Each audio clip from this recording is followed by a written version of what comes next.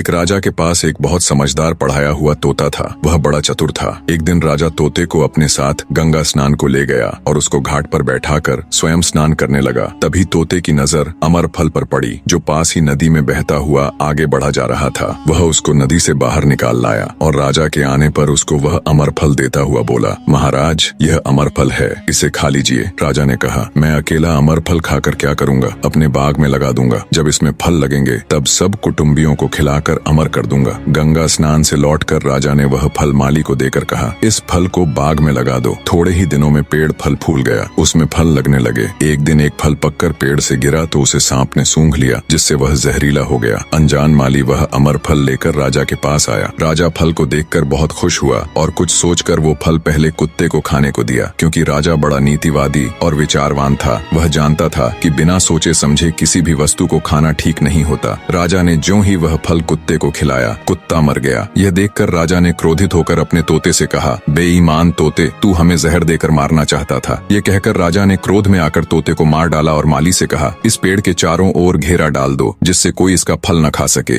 एक दिन उसी शहर में एक सास बहू में भीषण लड़ाई हुई। बुढ़िया घर से निकलकर कहने लगी, आज मैं राजा के बाग में जाकर जहर वाला फल खा लूंगी। ये कहकर वह बाग में आई और जैसे ही उसने फल तोड़कर खाया तो वह 16 वर्ष की युवती बन गई। जब राजा को यह समाचार मिला तो उसे सारा माजरा समझते देर न लगी। राजा को बड़ा दुख हुआ। वह कहने लगा, वास्तव में यह अमर फल ही है, मैंने व्यर्थ ही इतने समझदार तोते को मार डाला। इतनी दास्तान कहते कहते सवेरा हो गया। तब ठग की बेटी ने महेंद्र गुप्त से कहा, आज तो तूने मुझे बातों में लगाकर अपनी जान बचा ली, परंतु आज रात मेरी छोटी बहन की बारी है, वो तुझे हरगिज जीवित न छोड़ेगी। जब ठग की छोटी बेटी को पता चला कि महेंद्र गुप्त जिंदा और बिल्कुल सही सलामत है तो उसकी खुशी का ठिकाना न रहा। अपनी बहन को दिखाने के लिए ऊपरी मन से बोली, तुम निश्चित रहो बहन, मैं आज इससे लाल लिए बगैर छोड़ने वाली नहीं हूँ। दिन बीता और रात हुई। तब ठग की छोटी बेटी महेंद्र गुप्त के पास गई और बोली, भगवान का शुक्र है जो तुमने चालाकी से अपनी जान बचा ली। महेंद्र गुप्त बोला, तुम सब ऐसा क्यों करते हो? तब ठग की छोटी बेटी बोली, हमारी तो यही रीति है कि मेरे भाई और बाप मुसाफिरों को पकड़ कर लाते हैं और हम बहनें अपनी चालाकी से उनसे माल हथिया कर उन्हें मार डालती हैं। फिर वह बोली, पर तुम चिंता मत करो, अब मेरी बारी है और मैं तो दिलो जान से तुम्हारी दासी हूँ, तुम्हें जैसा समझ पड़े वैसा ही करो। यह सुनकर महेंद्र गुप्त बोला, प्रिय,